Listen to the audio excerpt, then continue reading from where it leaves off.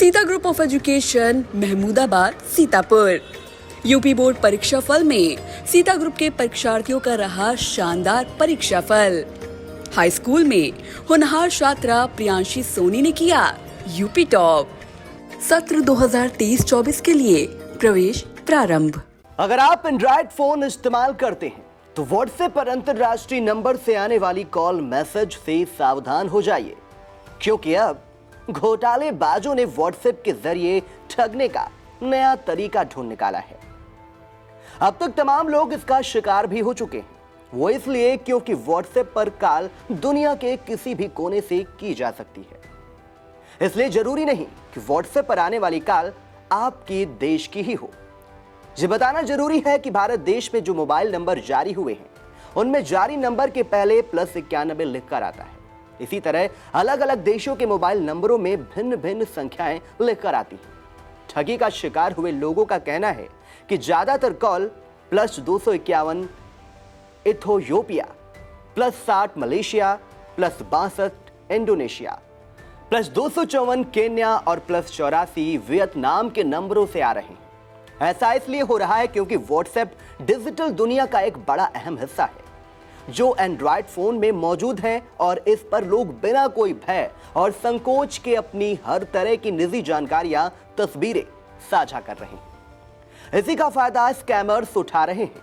जानकारों का कहना है कि आमतौर पर इन नंबरों से सिर्फ मिस्ड कॉल आती है। अगर गलती से किसी ने इसका जवाब दिया तो कॉल करने वाला स्कैमर्स उससे नौकरी की पेशकश रखता है। इन हालातों में ज्यादातर लोग स्कैमर्स के झांसे में आकर घर बैठे पैसा कमाने के लालच में आकर अपनी जानकारी साझा कर देते हैं। स्कैमर्स प्रारंभिक दिनों में तो लोगों का भरोसा जीतने के लिए उन्हें पैसे देते हैं। जब स्कैमर्स के जाल में लोग फंस जाते हैं तो अचानक उनके बैंक खाते से रकम उड़ा ली जाती है। ऐसा इसलिए होता है क्योंकि घोटालेबाज काम करने वाले का भुगतान सीधे उसके बैंक खाते में करने की बात कहकर उसका IFSC कोड, बैंक खाता संख्या आदि की पूरी जानकारी जुटा लेते हैं। इसके बाद ठगी का रास्ता उनके लिए आसान हो जाता है। चूंकि व्हाट्सएप ने हाल ही में ऐप के जरिए पेमेंट करने का विकल्प दिया है, जिससे घोटालेबाजों को और बेहतर मौका मिल गया है। आई इंडिया का सुझाव है कि स्कैम से बचने के लिए सबसे जरूरी और पहला कदम यही है कि अनजान और अंतरराष्ट्रीय नंबरों से आने वाली कॉल को उठाया ही ना जाए। अगर धोखे से ऐसे नंबरों की कॉल रिसीव भी कर ली जाती है तो घबराने की जरूरत नहीं है। बस सावधानी ये बरतें कि सामने से आने वाली किसी भी लिंक पर क्लिक ना करें। अगर कोई किसी चीज का झांसा देने की कोशिश करे तो उसके जाल में ना फंसें। ऐसे नंबरों को व्हाट्सएप पर रिपोर्ट और ब्लॉक जरूर कर दें।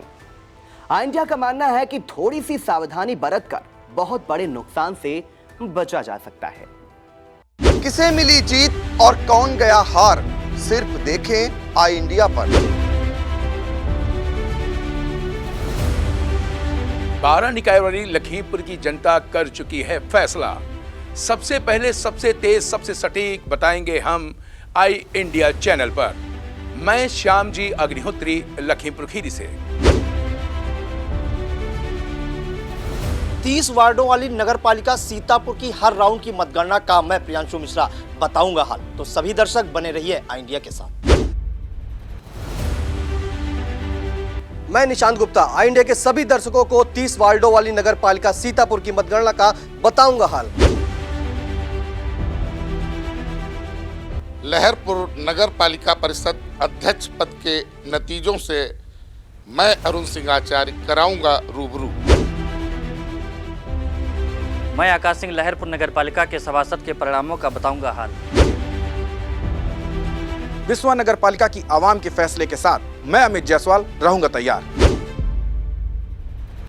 हरगांव नगर पंचायत के नतीजों से मैं अनूप रस्तोगी कराऊंगा रूबरू। मैं आलोक वर्मा आ रहा हूं मिश्रिक नैमिषारण नगर पालिका चुनाव के परिणामों के साथ।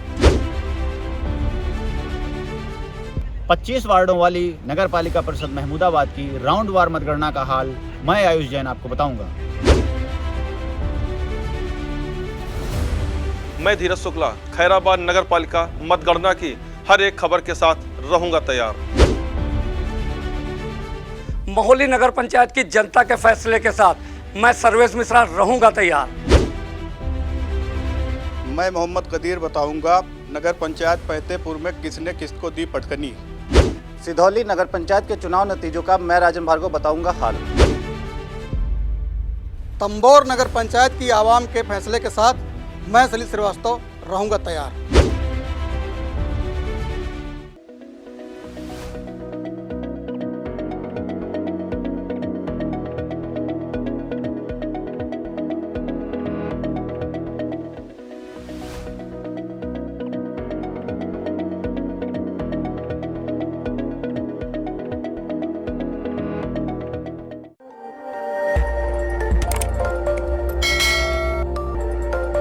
खबर आपकी, नजर हमारी।